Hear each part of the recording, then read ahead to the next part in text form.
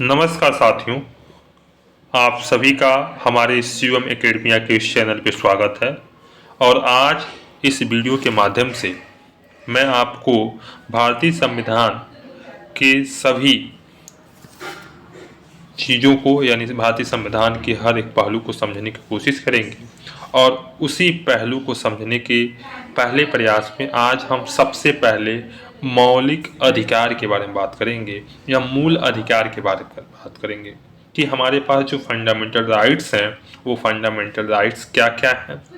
ठीक है, उससे संबंधित जो भी बात कहे जाएंगे उसमें हम एक एक आर्टिकल को मतलब एक एक अनुच्छेद को बहुत ही विस्तृत रूप देके आपको समझाने की कोशिश करेंगे। तो सबसे पहला जो मौलिक अधिकार है उसकी कुछ बेसिक जानकारी आपको प्राप्त होनी चाहिए कि जो मौलिक अधिकार है वो आपके अमेरिका से लिया गया है। दूसरा, भारतीय संविधान के भाग 3 में इसका उल्लेख किया गया है। ठीक है, उसके साथ साथ भारतीय संविधान के जो 12 से 35 तक के आर्टिकल हैं या अनुच्छेद हैं, उन 12 से लेकर 35 के बीच जितने भी अनुच्छेद हैं उन सभी अनुच्छेदों में मौलिक अधिकार के बारे में बात कही गई है। तो ये बात क्लियर है। चलिए हम सबसे पहले एक परिभाषा देखते हैं। वो परिभाषा क्या है कि मौलिक अधिकार है क्या। आखिर में हम कैसे जानेंगे कि मौलिक अधिकार है। तो मौलिक अधिकार वे अधिकार हैं जो व्यक्ति के भौतिक व नैतिक विकास के लिए, यानी भौतिक विकास तो होना ही चाहिए लेकिन उसके नैतिक विकास के लिए जो जरूरी है, जो संविधान का विशेष संरक्षण प्राप्त है और उसके लिए संविधान आपको विशेष संरक्षण प्राप्त करके देता है। कैसे? हम मान लें कि ये चीजें फंडामेंटल राइट्स में आती हैं। जैसे हमें कहीं जाना है यानी आवागमन की जो सुविधाएं मिलती हैं, ये भी तो हमारे मौलिक अधिकार है। शिक्षा, आपको जो शिक्षा ग्रहण करते हैं, चाहे एजुकेशन जो प्राप्त कर रहे हैं, ये भी तो मौलिक अधिकार है। हर एक व्यक्ति को अपने अपने हिसाब से व्यवसाय चुनने का अधिकार है, ये भी आपके मौलिक अधिकार ही है। बोलने का अधिकार, हम जब बात करेंगे इसके अनुच्छेद 19 में तो हम बात करेंगे कि बोलने का अधिकार यानी हम कोई भी बात किसी के सामने रख पा रहे हैं, ये तो मौलिक अधिकार ही तो देता है। उसके साथ हमें स्वतंत्रता है कि हम कोई भी कुछ भी कर सकते हैं, लेकिन हाँ एक सीमित में। हम बात करेंगे जब मौलिक अधिकारों की विशेषताओं के बारे में बात करेंगे तो ये समझेंगे कि मौलिक अधिकारों की विशेषता कहाँ तक दी गई है। हमें उम्मीद है कि आपको मौलिक अधिकार क्या है वो समझ में आ गया होगा।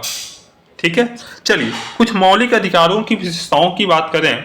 तो मौलिक अधिकारों की जो विशेषताओं की बात करें तो सबसे पहले अगर जो फंडामेंटल राइट्स है वो असीमित या निरपेक्ष नहीं है। असीमित या निरपेक्ष नहीं है यानी हमारा जो मौलिक अधिकार है वो आपको असीमित अधिकार नहीं देता है, उसका भी एक सीमित है। उस सीमा में रह के अगर आप कोई काम करते हैं तो उस समय तक के लिए उस सीमा के अंदर अगर कोई मौलिक अधिकार आप करते हैं तो आपको दिया जाएगा। लेकिन अगर एक सीमा के विरुद्ध आप कार्रवाई करते हैं, कोई काम करते हैं, उस समय आपको सरकार या भारतीय संविधान के द्वारा आपको दंडित भी किया जा सकता है। बात समझ में आ गई? जैसे कैसे सीमित है, आपको बोलने का तो अधिकार है ना। अभी मैंने कहा बोलने का अधिकार है, ये मौलिक अधिकार है। लेकिन मौलिक अधिकार आप ऐसे किसी शब्दावली का प्रयोग, चाहे ऐसे किसी को बोल के किसी के विचारों को या किसी के व्यवहार को या हम कहें किसी के व्यक्ति को आहत नहीं पहुंचा सकते।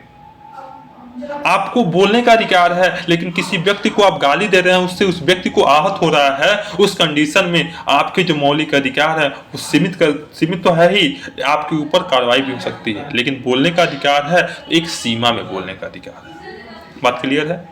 आप किसी को गाली, रोड पे चलते हुए किसी को कुछ बोल देंगे, ये आप कहिए कि मौलिक अधिकार मेरा है, ऐसा नहीं है, उसकी भी एक सीमा है। इसीलिए कहा गया है कि जो फंडामेंटल राइट है वो असीमित या निरपेक्ष नहीं है।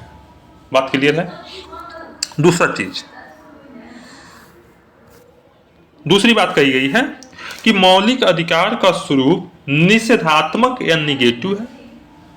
यानी हो सकता है ना कि आपका जो स्वरूप है निषेधात्मक हो सकता है। कैसे हो सकता है भाई?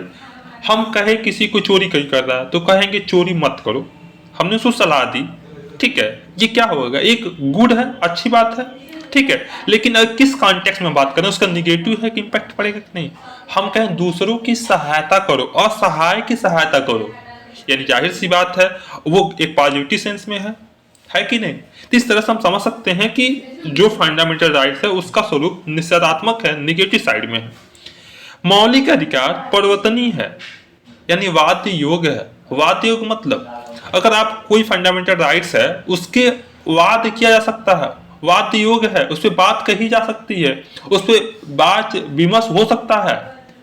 हमारा उच्चतम न्यायालय यानी सुप्रीम कोर्ट उस पर कुछ निर्णय ले सकता है, उस पर आप किसी के ऊपर कुछ कर सकते हैं, वाद कर सकते हैं, वाद्य योग्य है। बात क्लियर है? चलिए, ये बात कहता है कि भारतीय जो मौलिक अधिकार हैं वो केवल भारतीय नागरिकों को प्राप्त है, लेकिन कुछ मौलिक अधिकार नागरिक के साथ साथ विदेशियों को भी प्राप्त है। तो ऐसे कौन से अनुच्छेद हैं जो केवल भारतीयों को प्राप्त हैं? तो आपको ध्यान रखना है कि अनुच्छेद 15, 16, 19, 29 और 30 यह केवल भारतीयों को प्राप्त है। लेकिन ऐसा कौन सा अनुच्छेद है जो विदेशियों को भी प्राप्त है और उसके साथ साथ अपने भारतीय नागरिकों को प्राप्त है? तो वो है आपका आर्टिकल नंबर 21 जो नागरिक के साथ साथ विदेशी नागरिकों को भी प्राप्त है। बात क्लियर है यहां तक? अब आगे चलिए देखते हैं। मौलिक अधिकार व्यक्ति को राज्य के विरुद्ध प्राप्त है, लेकिन कुछ मौलिक अधिकार निजी व्यक्तियों के विरुद्ध प्राप्त है। ठीक है, अब मैं दोनों बातों को समझाने की कोशिश करता हूं कि पहली जो बात कही गई वो ये बात कहती है कि जो व्यक्ति है ना वो राज्य के विरुद्ध प्राप्त है। सबसे पहले ये कोशिश करेंगे कि हम एक एक पॉइंट को समझने की कोशिश करेंगे कि आखिर में ये राज्य क्या है, राज्य क्या है। तो ध्यान से मेरी बात सुनिएगा। राज्य होने के 4 पॉइंट आपको ज्ञात होना चाहिए। सबसे पहले एक सरकार होनी चाहिए, दूसरी चीज एक जनसंख्या होनी चाहिए, तीसरा अगर पॉइंट में देखूं, ठीक है, सरकार हो गया, जनसंख्या होना, जमीन या हम कहें तो भूमि होना चाहिए। ठीक है, चौथी चीज आपके पास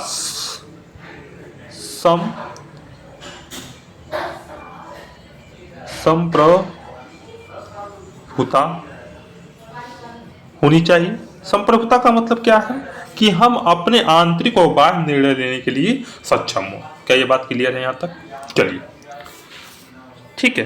अब कहा कि कुछ मौलिक अधिकार निजी व्यक्तियों के विरुद्ध है। जैसे हम भारतीय संविधान के अनुच्छेद 17 में बात करें, अस्पृश्यता का अधिकार है।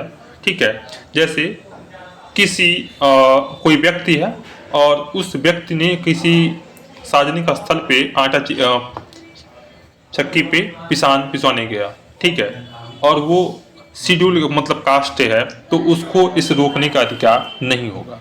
ठीक है, मतलब मैं जब आर्टिकल 17 बात करूंगा तो विस्तृत जानकारी दूंगा। लेकिन ये कुछ मौलिक अधिकार राज्य के विरुद्ध तो हैं, कुछ मौलिक अधिकार निजी व्यक्तियों के लिए, प्राइवेट सेक्टर्स के लिए भी हैं। जैसे किसी के प्राइवेट पार्क के बिना अनुमति नहीं दी जा सकती। ठीक है, तो ये बात हम कहते हैं, जैसे हम बात आएगी फिर हम बात करेंगे। क्या ये बात यहाँ तक क्लियर है? चलिए, अब हम देखते हैं कि मौलिक अधिकार, ठीक है, मूल अधिकार में तो 7 हमारे पास कौन से क्या थे? हमारे पास क्या थे? मौलिक अधिकार थे। लेकिन 44वां संविधान संशोधन 1900, ठीक है, 1978 के माध्यम से जो संपत्ति का अधिकार है उसको हटा दिया गया। ठीक है, यानी उस अधिकार को ध्यान से सुनिएगा कि 19 सबसेक्शन ए एफ और जो हमारा आर्टिकल 31 है उसको हटा दिया गया और उसके भारतीय संविधान के भाग 12 के 300 क में हस्तांतरित कर दिया गया। यानी उस जो अनुच्छेद 31 था और 19 एफ था, उन दोनों अधिकार को 44वां संविधान संशोधन से संपत्ति के अधिकार को हटा के भाग 12 तथा अनुच्छेद 300 क में लाया गया। क्या ये बात क्लियर है? ठीक है। अब मैं थोड़ा सा और बात करूंगा। ठीक है, क्या है कि एक सबसे ज्यादा जो इंपॉर्टेंट चीज और है कि हमारे संविधान में एक 86वां संविधान संशोधन हुआ था। कौन सा संविधान संशोधन? 86वां संविधान संशोधन, और ये हुआ था 2002 में।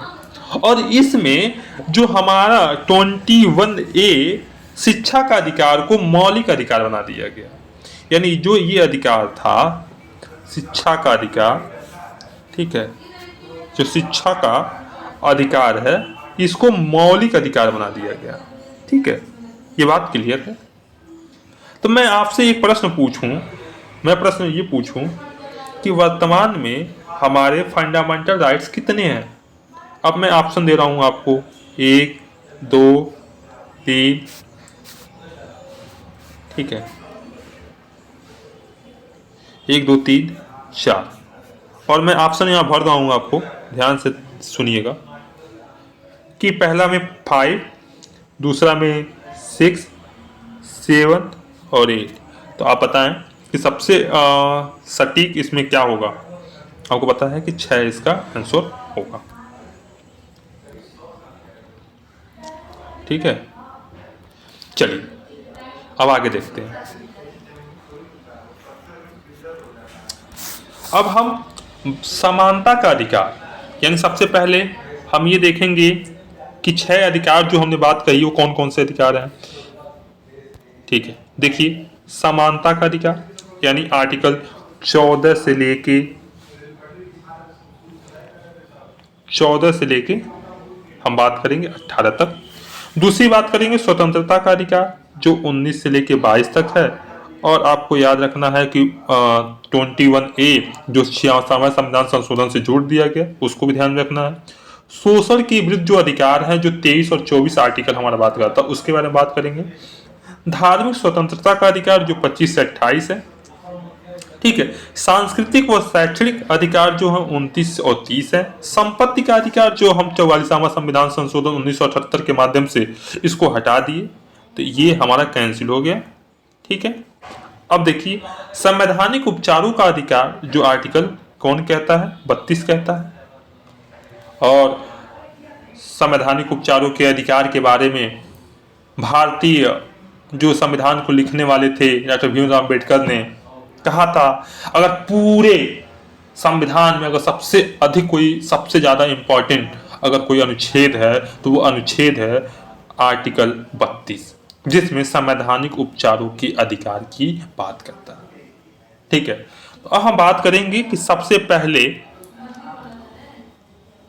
एक एक आर्टिकल के बारे में समझने की कोशिश करेंगे।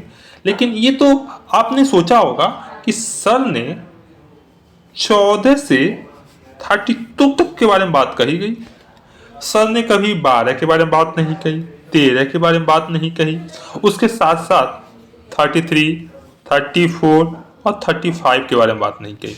लेकिन ये ध्यान रहे कि मैं एक एक आर्टिकल को भी बात करूंगा, कैसे कैसे इन सब चीज़ों को बहुत ही आसान भाषा में समझने की कोशिश करेंगे। चलिए समझने की कोशिश करते हैं। ठीक है, अब ये बात हमेशा ध्यान रहे कि सबसे पहले आर्टिकल 12 क्या है। आर्टिकल 12 ये कहता है कि राज्य की परिभाषा क्या हो सकती है। ठीक है, तो राज्य की परिभाषा क्या हो सकती है, कौन राज्य की परिभाषा में आएंगे?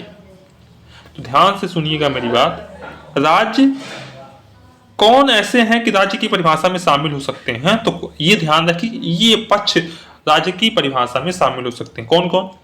संघ की संसद व सरकार, जो संघ में जो संसद है और उसकी जो सरकार है वो सभी लोग हमारे राज्य हैं।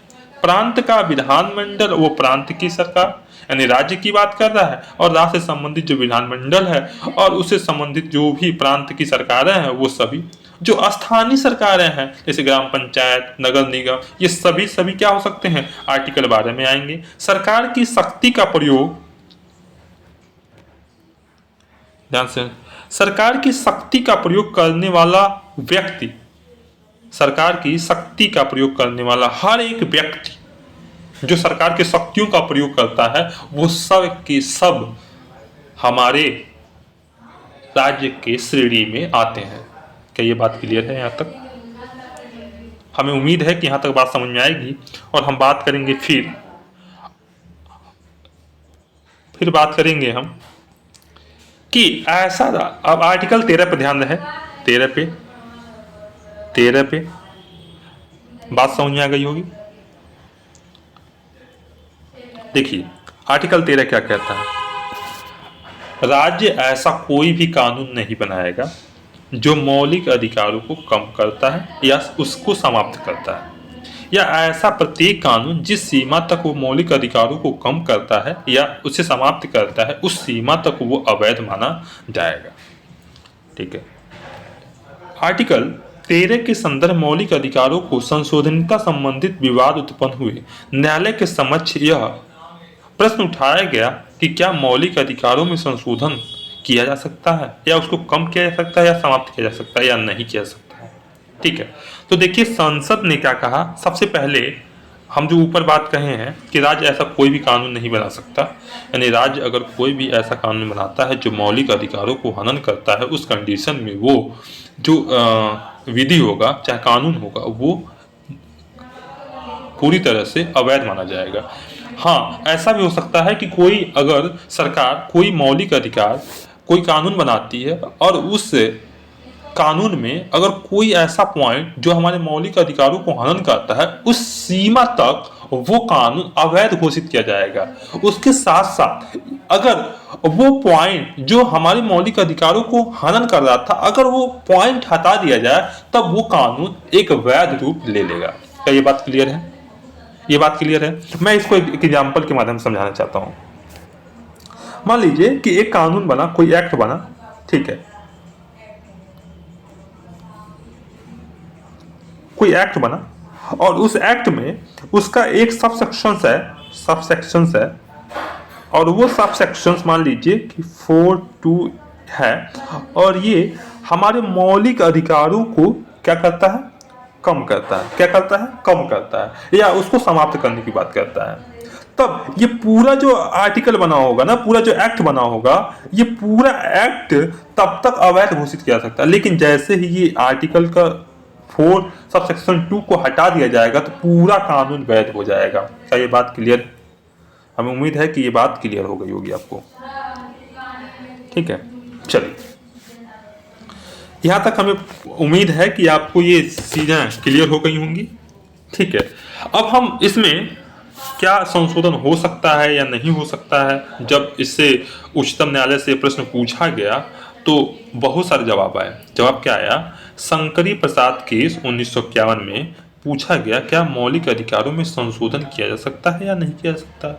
तो भारतीय संविधान के जो सब सर्वोच्च जो संरक्षण करने वाले लोग हैं यानी हमारा सुप्रीम कोर्ट ने कहा कि हाँ मौलिक अधिकारों में संशोधन किया जा सकता है।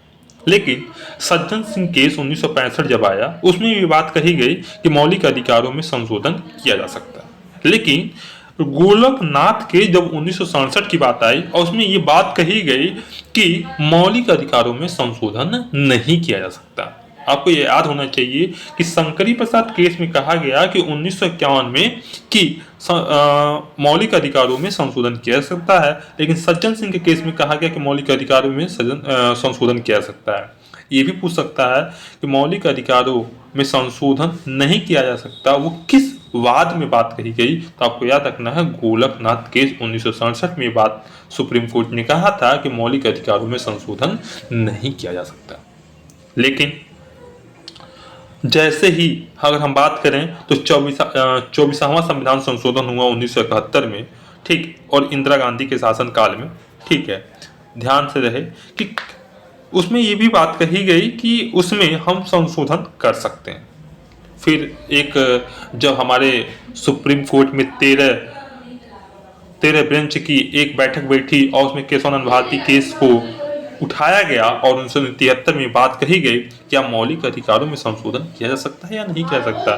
तब भी वह बात कही गई कि मौलिक अधिकारों में संशोधन किया जा सकता है, लेकिन मूल ढांचे का सिद्धांत एक नया परिभाषित सुप्रीम कोर्ट ने कहा। और सुप्रीम कोर्ट ने यह भी कहा कि मूल जो ढांचे का सिद्धांत है ना, वो हम समय आने पे हर समय हम व्याख्या करेंगे कि मूल ढांचा क्या हो सकता है, उसका सिद्धांत दिया।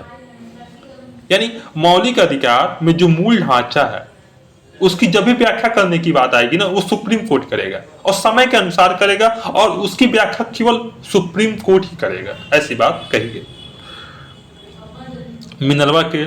मिनर्वा मिल्स केस में कहा गया 1980 में भारतीय संविधान में संशोधन किया जा सकता है। ठीक है, अतः अब वर्तमान स्थिति क्या हो सकती है, क्या मौलिक अधिकारों में संशोधन किया जा सकता है या नहीं किया जा सकता है, और किया जा सकता है तो कहां तक किया जा सकता है, ये प्रश्न आपके मन में उठा होगा। तो वर्तमान स्थिति के बारे में हम समझ लें कि संसद मौलिक अधिकारों में संशोधन तो कर सकती है, लेकिन मौलिक अधिकारों में संशोधन केवल विशेष बहुमत से किया जा सकता है, यानी विशेष बहुमत से ही किया जा सकता है। ये बात हमेशा ध्यान रखिए, विशेष बहुमत क्या होता है।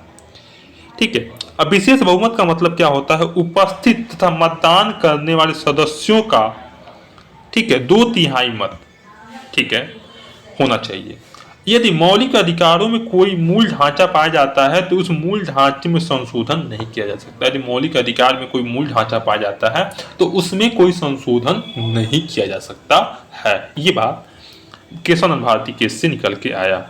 ठीक है, तो हमें उम्मीद है कि आपको ये बात पूरी तरह समझ में आई होगी, और अगर ये बात पूरी तरह से समझ में आ गई है, ठीक है, तो हम अगले वीडियो में हम मौलिक अधिकार जो आर्टिकल 14 से लेके 32 तक और 33, 34, 35 है, उसके बारे में हम बात करेंगे। तब तक हमारे चैनल पे बने रहिए और फिर मिलते हैं